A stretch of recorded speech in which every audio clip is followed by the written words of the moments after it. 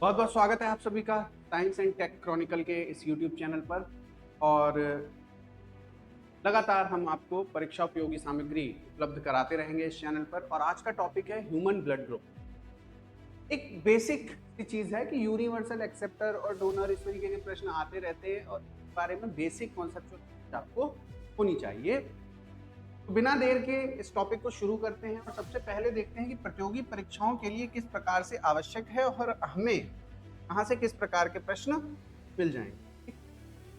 अगर हम blood groups की बात करें तो रक्त समूहों एक प्रकार की प्रणाली पाई जाती है जिसे ए, बी और ओ प्रणाली कहते हैं।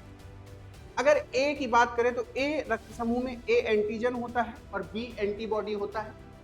अगर हम बी की बात करेंगे तो बी रक्त समूह में बी एंटीजन और ए एंटीबॉडी पाया जाएगा। ए बी रक्त समूह में आप देखें कि ए और बी दोनों एंटीजन और कोई भी एंटीबॉडी यहां मौजूद नहीं होगी, इस बात को ध्यान रखिएगा।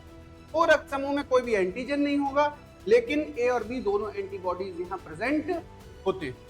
तो ये रक्त समूहों के प्रकार की बात हो गई। अब बात करते हैं आरएच फैक्टर की, पॉजिटिव और नेगेटिव। कि आरएच फैक्टर एक प्रोटीन है जो कुछ लोगों में लाल रक्त कोशिकाओं की सतह पर पाया जाएगा।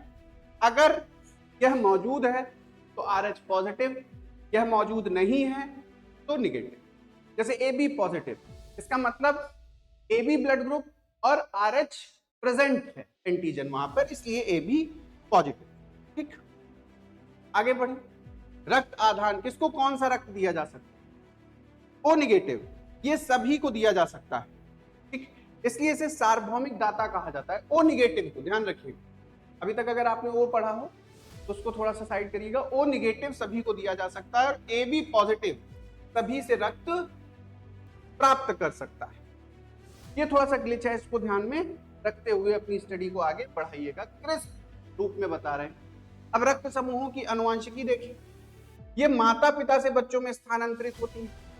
ए और बी एंटीजन के जीन को आनुवंशिक रूप से विरासत में दिया जाता है और एंटीजन को, ओ एंटीजन जो होता है उसे अप्रभावी माना जाता है। इसलिए ए और बी एंटीजन के आधार पर ही ब्लड ग्रुप आनुवंशिक रूप से निर्धारित होते हैं। इनका महत्व क्या है?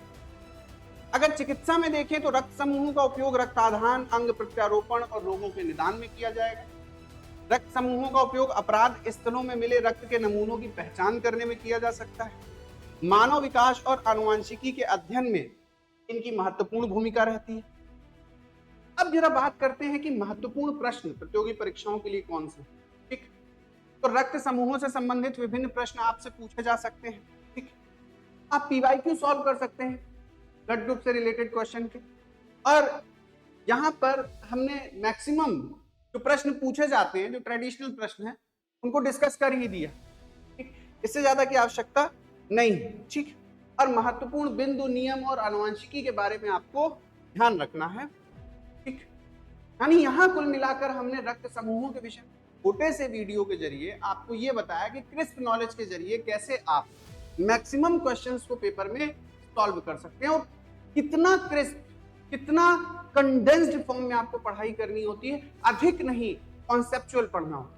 इसी प्रकार के क्रिस्प टॉपिक के साथ लगातार हम आपके साथ बने रहेंगे ताकि पढ़ाई आपके लिए बोझिल ना हो, आपको अधिक ना पढ़ना पड़े और कम से कम शब्दों और कम से कम पढ़ाई में आप अधिक से अधिक अंक प्राप्त कर सकें। मिनिमम इनपुट में आप मैक्सिमम आउटपुट को गेन कर सकें। आज के लिए इतना ही। अगर वीडियो आपको समझ में आया हो, क्रिस्प फॉर्मेट समझ में आया हो, तो चैनल को सब्सक्राइब जरूर कर दीजिएगा, वीडियो को लाइक कर दीजिएगा। आपके कोई भी सुझाव हैं कमेंट में हमें जरूर बता दीजिएगा। धन्यवाद।